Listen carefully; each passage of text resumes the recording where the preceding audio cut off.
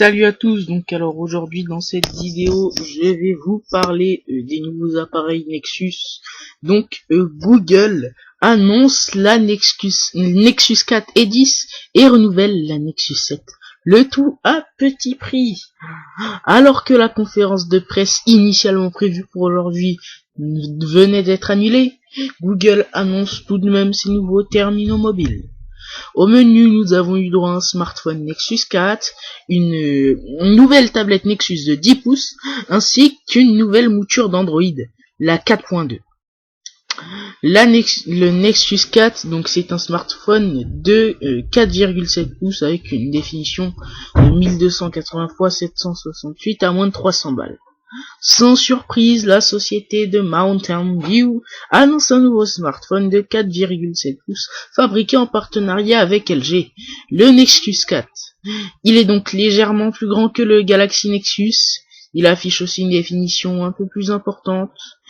On obtient donc une densité de 320 pixels par pouce, légèrement moins que l'iPhone 5.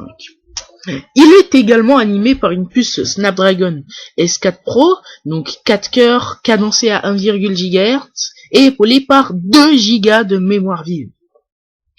À l'instar des derniers smartphones sous Windows Phone 8 de Nokia, il est possible de le recharger sans fil.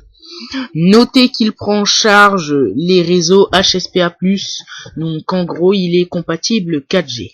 Ces caractéristiques techniques s'affichent à l'écran. Côté tarif, c'est extrêmement serré.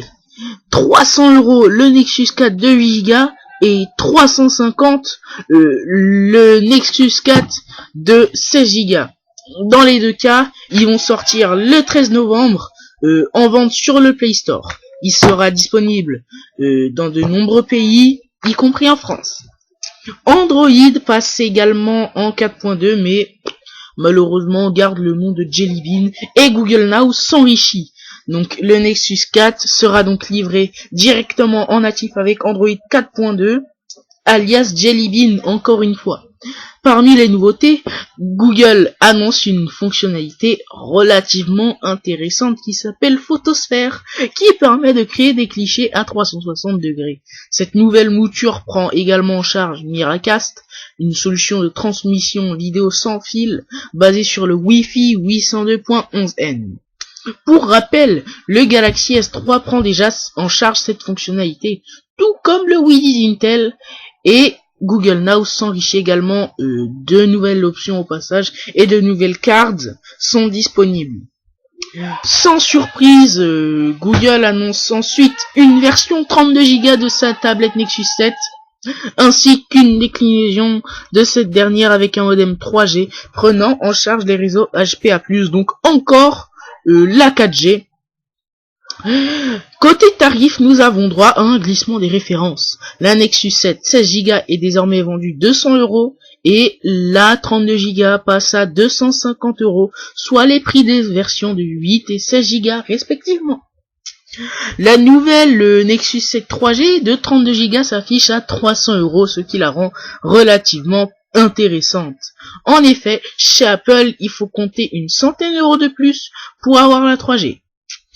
Google annonce ensuite la tablette Nexus 10 qui est développée en partenariat avec Samsung et qui affiche également une définition relativement impressionnante de 2560 x 1600 pixels, donc une densité de 300 points par pixel.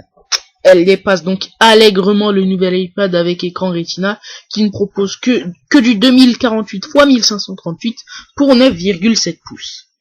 Comme le Nexus 4, la Nexus 10 sera livrée en natif avec 4.2 et vous pourrez définir plusieurs comptes d'utilisateurs et passer facilement de l'un à l'autre depuis l'écran de verrouillage.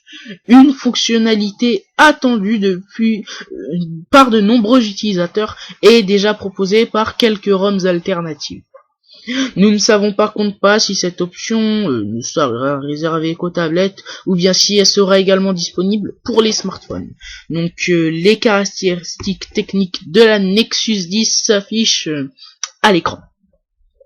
Côté tarif, la Nexus 10 sera proposée à 400 € pour un modèle 16 Go et 500 € pour un modèle de 32 Go. Elle sera disponible via le Play Store de Google à partir du 16 novembre prochain, dont de nombreux pays, avec la France y compris encore une fois. Je vous laisse, et puis bon, n'hésitez pas à vous abonner à ma chaîne YouTube, me laisser un petit pouce bleu et un commentaire. Allez, salut à tous.